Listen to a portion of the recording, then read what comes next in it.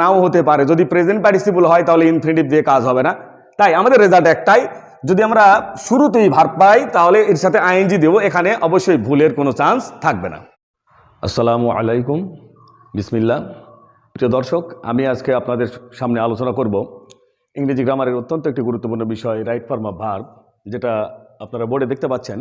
তো right form of verb আলোচনা করার পূর্বে একটু বিষয় বলে নিই, যেটা হচ্ছে রাইট ফর্ম অফ ভার্বের ক্ষেত্রে আপনাকে অবশ্যই ভার্বের প্রেজেন্ট ফর্ম, পাস্ট ফর্ম এবং পাস্ট পার্টিসিপল ফর্ম সম্পর্কে অত্যন্ত ভালো ধারণা থাকতে হবে।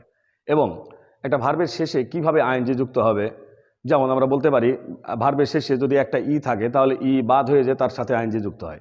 আবার যদি ডাবল ই থাকে তাহলে দুটা ই থেকে যাবে, তারপরে আইএনজি যুক্ত হবে। যদি আই ই থাকে তাহলে আই এবং ই এর পরিবর্তে ওয়াই এবং তারপরে আইএনজি যুক্ত হবে। একটা ভার্ব পাস্ট হবে কিভাবে, পাস্ট পার্টিসিপল হবে কিভাবে, ঠিক এসব ব্যাপারে আপনাদের সুস্পষ্ট ধারণা থাকতে হবে। যাই হোক, ভিডিওর মূল জায়গায় যাওয়া যাক। আমরা আজকে আমাদের টপিক যেটা নির্ধারণ করেছি রাইট ফর্ম অফ ভার্ব, যেটা দেখতে পাচ্ছেন এখানে। ভিডিওটি অত্যন্ত শর্টকাট করার ক্ষেত্রে আমি রুলসগুলো আগেই লিখে নিয়েছি এবং এখানে কিছু উদাহরণও দেওয়া আছে, যেটা দেখতে পাচ্ছেন। রুল 1, 1 নম্বরে যে আমরা রুলটা সাজিয়েছি সেটা হচ্ছে মডালস, মানে মডাল অক্সিলারি। মডাল অক্সিলারির পরে যদি কোনো ভার্ব আসে তাহলে এটা বেয়ার ইনফিনিটিভ হিসেবে কাজ করে। আপনারা জানেন মডালসের পর, মডাল অক্সিলারির পর, এই মডাল অক্সিলারির পরে যদি কোনো ভার্ব আসে, যেমন এখানে একটা উদাহরণ দেওয়া আছে should. Modal auxiliary can, could, shall, should, will, would, may, might, must আর নিড আর ডেয়ারকে সেমি মডাল বলা হয়। এছাড়াও আরও অন্যান্য মডাল আছে। তো যাই হোক, মডাল অক্সিলারি সাধারণ যে সকল মডালের নাম বললাম, can, could, shall, should, will, would, may, might, must, আর বাদবাকি মডালগুলো যেগুলো আছে ওগুলোর পরে কোনো কোনো মডালের পরে টু দেওয়াই থাকে, have to, has to, had to. এখানে যে মডালটা এখানে দেওয়া হয়েছে, শুডের পর যে ভার্বটা আছে, শুড প্রে ব্র্যাকেটে যে ভার্বটা দেওয়া আছে, তো এখানে লিখে দেওয়া আছে যে মডালসের পরে যদি কোনো ভার্ব আসে তাহলে ভার্বের ফর্ম হবে ওয়ান দ্বারা আমরা বোঝাচ্ছি প্রেজেন্ট ফর্ম। শুডের পরে যে ভার্বটা আসছে এখানে pray, we should pray to Allah, pray, তাহলে প্রেটা এখানে মডাল অক্সিলারির পরে বসছে, যে কারণে এই প্রেটা প্রেজেন্ট ফর্মে থেকে যাবে। আর এই আলোচনাটা 2-3 পর্যন্ত যখন যাব আমরা আলোচনায়, তখন এর সম্পর্কে সুস্পষ্ট ধারণা পাবেন। তাহলে মডাল অক্সিলারির পরে কোনো ভার্ব যদি আসে তাহলে ভার্বের পূর্বে টু লুকিয়ে থাকে। এই আন্ডারস্টুড টু, যেটাকে বলা হয় bare infinitive, understood to plus verb 1 কে বলা হচ্ছে বেয়ার ইনফিনিটিভ, যে কারণে এখানে ভার্বটা অবশ্যই প্রেজেন্ট ফর্মে থাকবে। আর 2 নম্বর নিয়ম যেটা সাজানো হয়েছে, মডালসের পরে অনেক সময় সরাসরি ভার্ব নাও থাকতে পারে। মডালসের পরে অ্যাডভার্ব প্লাস ভার্ব। অ্যাডভার্ব এমন একটা ওয়ার্ড যেটা একটা সেন্টেন্সের যে কোনো জায়গায় বসতে পারে। তো যাই হোক, তো এই modals plus adverb plus verb যদি চলে আসে, তবুও এই মডালটি অ্যাডভার্বের উপর দিয়ে যে এই ভার্বের উপর প্রভাব বিস্তার করবে এবং এই ভার্বের পূর্বে টু চলে আসবে, অদৃশ্য টু চলে আসবে, যে কারণেও এই 2 নম্বর নিয়মের ক্ষেত্রেও মূল ভার্বটি প্রেজেন্ট ফর্মে থাকবে বা ওয়ানে থাকবে। এরপর দেখা যাক 3 নম্বর নিয়ম। মডালসের পরে যদি বি অথবা হ্যাভ চলে আসে তাহলে সাধারণত এটা প্যাসিভ ভয়েস হয়। মডাল অক্সিলারির পরে এখানে একটা উদাহরণ দেখতে পাচ্ছেন, corruption must be stop. Must একটি মডাল, যার পরে কি আছে বি অথবা হ্যাভ যদি চলে আসে তাহলে তার পরবর্তী যে ভার্বটা থাকবে সে ভার্বটা হয়ে যাবে পাস্ট পার্টিসিপল, যেটা আমরা 3 দ্বারা বোঝাচ্ছি। তাহলে এক নজরে এই 3টা নিয়ম আমরা দেখে নিতে পারি। মডালসের পরে সরাসরি যদি ভার্ব আসে, এই ভার্বের পূর্বে অদৃশ্য টু চলে আসে, যে কারণে ভার্বটি প্রেজেন্ট ফর্মে থেকে যায়। আর মডালসের পরে অ্যাডভার্ব প্লাস ভার্ব যদি আসে তবুও ওই একই নিয়ম প্রযোজ্য হবে। 1 নম্বর যে নিয়মটা এখানে দেওয়া আছে, এর পূর্বেও টু চলে আসে, যে কারণে ভার্বটি প্রেজেন্ট ফর্মে থেকে যায়। আর মডালসের পরে যদি বি অথবা হ্যাভ চলে আসে তাহলে সাধারণত এটি মূল ভার্বের 3 ফর্ম হয়, মানে পাস্ট পার্টিসিপল হয়। তবে কোনো কোনো ক্ষেত্রে বি এর পরে আইএনজিও যুক্ত হতে পারে। এরপর আমরা যেটা 2 নম্বর নিয়মের দিকে চলে যাই। 2 নম্বর নিয়ম যেটা এখানে বোর্ডে দেখতে পাচ্ছেন, টু ছাড়া যে কোনো প্রিপোজিশন প্লাস ভার্ব যদি চলে আসে তাহলে সেই ভার্বের সাথে আইএনজি যুক্ত করতে পারি আমরা। এটা অত্যন্ত একটি সহজ নিয়ম। টু ছাড়া যে কোনো প্রিপোজিশন প্লাস ভার্ব যদি চলে আসে তাহলে ভার্বের সাথে যোগ হবে আইএনজি। যেমন এখানে একটা সংক্ষিপ্ত উদাহরণ দেওয়া আছে, ফরের পরে যদি কোনো ভার্ব আসে, প্রিপোজিশনের পরে যে কোনো ভার্ব যদি আসে তাহলে ভার্বের সাথে আমরা কি যোগ করব, আইএনজি যুক্ত করে দেব। তবে এই নিয়মটাকে ঠিক সুস্পষ্ট করার জন্য নিচে আরও কিছু নিয়ম দেওয়া আছে। এখানে যে কথাটি লেখা আছে টু ছাড়া যে কোনো প্রিপোজিশন প্লাস ভার্বের সাথে আইএনজি, তবে with a view to, look forward to, addicted to, devoted to, accustom to, get use to, inured to, it is no use or good, can not help অথবা could not help. তাহলে উপরে যে লাইনগুলো আমরা দেখতেছি সাধারণত এখানে লেখা আছে টু ছাড়া যে কোনো প্রিপোজিশনের সাথে ভার্বের আইএনজি যুক্ত হয় প্রিপোজিশনের পরে। আর এখানে আমরা যেটা দেখতে পাচ্ছি with a view to, look forward two, এগুলোর পরে যদি কোনো ভার্ব আসে তাহলে ভার্বের সাথে আইএনজি যুক্ত হবে। কারণ এই টু এর পর যে সকল ফ্রেজ আছে, এই টু এর পূর্বে যে সকল ফ্রেজ আছে, এই সকল ফ্রেজের পর যদি টু আসে তাহলে টু এর পরবর্তী ভার্ব ব্র্যাকেটে যেটা থাকবে তার সাথে আইএনজি যুক্ত করা যাবে। আর এর নিচে যেগুলো দেখতে পাচ্ছেন it is no use, no good, can not help, could not help, এগুলার পরে যদি কোনো ভার্ব আসে তাহলেও সেই ভার্বের সাথে আইএনজি যুক্ত করতে হবে। আর এখানে যেটা দেখতে পাচ্ছেন যে ক্যান নট বেয়ার অথবা could not bare plus verb যদি আসে তাহলে তার সাথেও আইএনজি যুক্ত করা যাবে।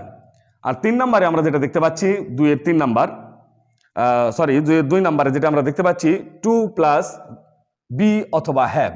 এই টু এর পরে যদি বি অথবা হ্যাভ চলে আসে তাহলে ভার্বটি পাস্ট পার্টিসিপল হয়, তার মানে ভার্বটি 3 ফর্মে চলে যায়।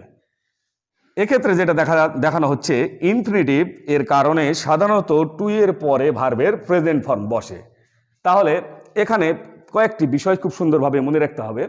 সেটা হচ্ছে এরকম, এখানে যে কথাটা বলা আছে টু ছাড়া যে কোনো প্রিপোজিশনের পরে ভার্বের সাথে আইএনজি যুক্ত হবে, কিন্তু এখানে আবার টু এর পরে ভার্বের সাথে আইএনজি যুক্ত হবে। কখন হবে? যদি টু এর পূর্বে এই সকল ফ্রেজ দেখতে পান তাহলে টু এর পরবর্তী ভার্বের সাথে আইএনজি যুক্ত হবে।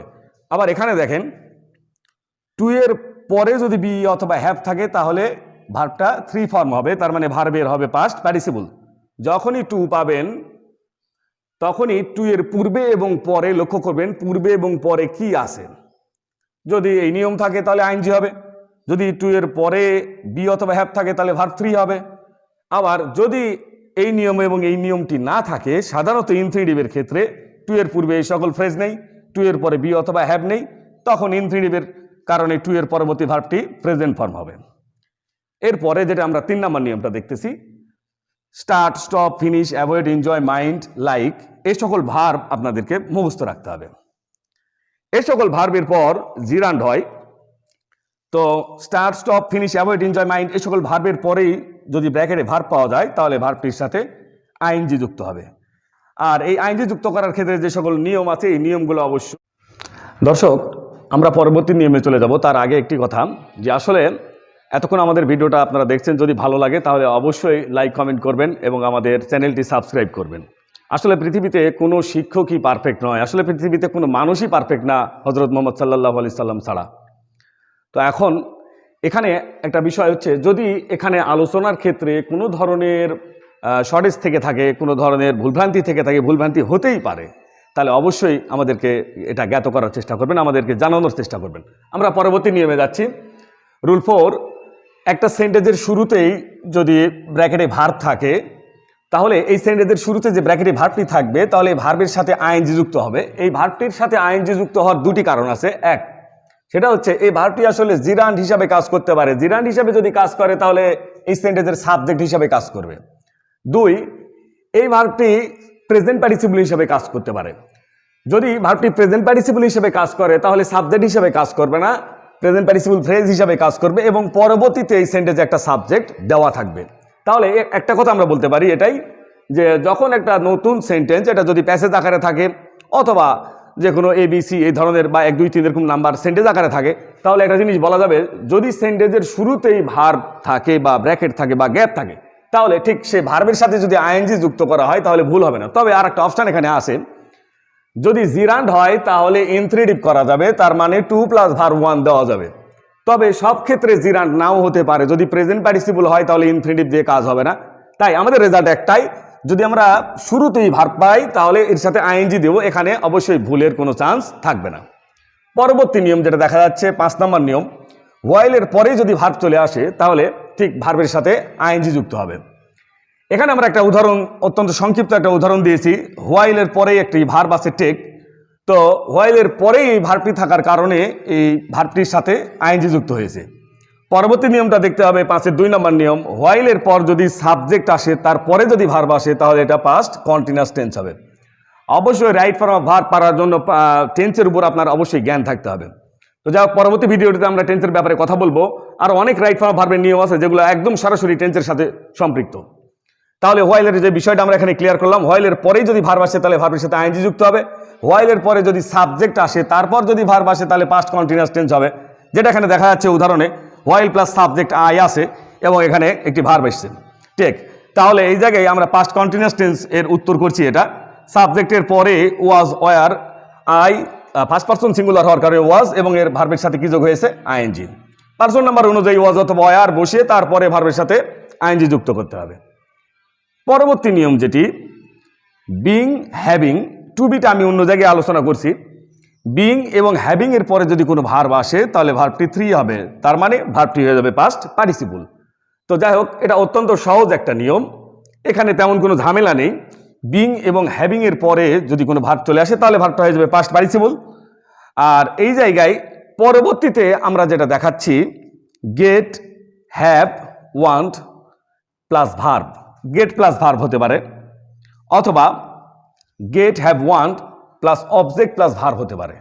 যদি হয় তাহলে এই ব্র্যাকেটের ভার্বটি হয়ে যাবে পাস্ট পার্টিসিপল। এখানে যেটা দেখা যাচ্ছে সেটা হচ্ছে এরকম একটা সেটের যে উদাহরণ এখানে আমরা দিয়েছি, আই গট মাই ডোর, এরপর দেওয়া আছে ব্রেক। আসলে গেট মানে যে গেটেই থাকবে এমন না, গেট তো গট হতে পারে, গটেন হতে পারে, পাস্ট ফর্ম, প্রেজেন্ট ফর্ম এরকম থাকতে পারে। তাহলে এখানে যেটা উদাহরণে দেখা যাচ্ছে গট প্লাস অবজেক্ট আছে এখানে একটা, আই গট মাই ডোর, এখানে ব্র্যাকেটে দেওয়া আছে ব্রেক। ঠিক এখানে উত্তর চলে আসছে ব্রোকেন। সরাসরি গেটের পরও ভার্ব থাকতে পারে, গেটের পর অবজেক্ট থাকতে পারে, তারপর ভার্ব থাকতে পারে। হ্যাভ এবং ওয়ান্টের পরে সাধারণত অবজেক্ট থাকবে, তারপরে ব্র্যাকেটে ভার্ব থাকবে। যদি থাকে তাহলে এটাকে আমরা ভার্ব 3 করে দেব। আর বিং এবং হ্যাভিং এর উদাহরণ এখানে আমরা দিইনি, তো এখানে এরকম হতে পারে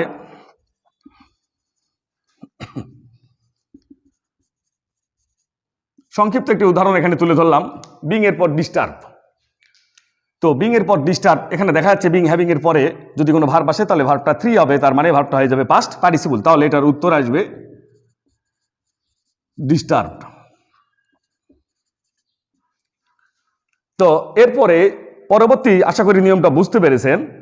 পরবর্তী 7 নম্বরে যে নিয়মটা আমরা দেখাতে যাচ্ছি সেটা হচ্ছে এরকম একটি সিম্পল সেন্টেন্স। একটি সিম্পল সেন্টেন্সে আপনারা জানেন সিম্পল সেন্টেন্সে একটি সাবজেক্ট থাকবে এবং একটি ফিনাইট ভার্ব থাকবে, এটি সিম্পল সেন্টেন্সের বৈশিষ্ট্য। কমপ্লেক্স সেন্টেন্সের বৈশিষ্ট্য দুটি সাবজেক্ট থাকবে, দুটি ফিনাইট ভার্ব থাকবে। তো সিম্পল সেন্টেন্সে যদি দেখা যায় সাবজেক্টের পরেই ভার্ব আছে এবং এই ভার্বে ব্র্যাকেট আছে বা গ্যাপ আছে, তার পরবর্তীতে একটা ফিনাইট ভার্ব এখানে দেওয়া আছে। ফিনাইট নন ফিনাইট সম্পর্কে ধারণা অবশ্যই থাকতে হবে, আমরা পরবর্তীতে এই বিষয় নিয়েও ভিডিও তৈরি করবো ইনশাল্লাহ। তো সাবজেক্টের পরে একটি ভার্বে ব্র্যাকেট দেওয়া আছে এবং পরবর্তীতে আর একটা ভার্ব দেওয়া আছে যেখানে কোশ্চিন তৈরি করা নেই। তো এটা যে সিম্পল সেন্টেন্স, এটা আপনি চিনবেন, এখানে দুটা সাবজেক্ট দেওয়া থাকবে না, আর সিম্পল সেন্টেন্সে একটি ফিনাইট ভার্ব ব্যবহৃত হবে, যে কারণে এই ভার্বটি নন ফিনাইট করে দিতে হবে। এই ভার্বটি নন ফিনাইট করব মানে এই সাবজেক্টের পরে যে ভার্বটা থাকবে এই ভার্বের সাথে আমরা আইএনজি যুক্ত করব। তাহলে আইএনজি যুক্ত করলেই এটা সঠিক উত্তর বের হয়ে আসবে ইনশাল্লাহ। যেমন একটা বিষয় আমরা এখানে বলতে পারি,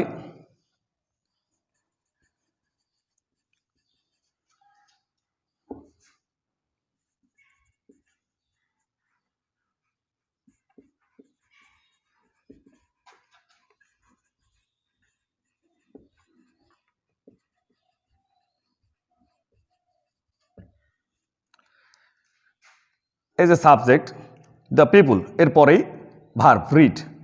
the people read books can achieve knowledge. তাহলে এখানে একটা ভার্ব দেওয়া আছে, এখানে আর একটা ভার্ব দেওয়া আছে। এটা সিম্পল সেন্টেন্স, কারণ এই সিম্পল সেন্টেন্সের subject the people. The people read books অনেক ক্ষেত্রে টোটালটাই সাবজেক্ট হিসেবে কাজ করবে, তো আমরা জাস্ট বোঝানোর সাথে এটাকে সাবজেক্ট বলতেছি। দ্য পিপুল রিড, তাহলে সাবজেক্টের পরে যে ভার্বটা আছে আরেকটা ভার্ব এখানে আছে। একটা সিম্পল সেন্টেন্সে একটা ভার্ব ফিনাইট হবে আর একটা নন ফিনাইট হবে, যে কারণে সাবজেক্টের পরবর্তী যে ভার্বটা আছে রিড এর সাথে আইএনজি যুক্ত হয়ে যাবে। তার মানে এখানে আমরা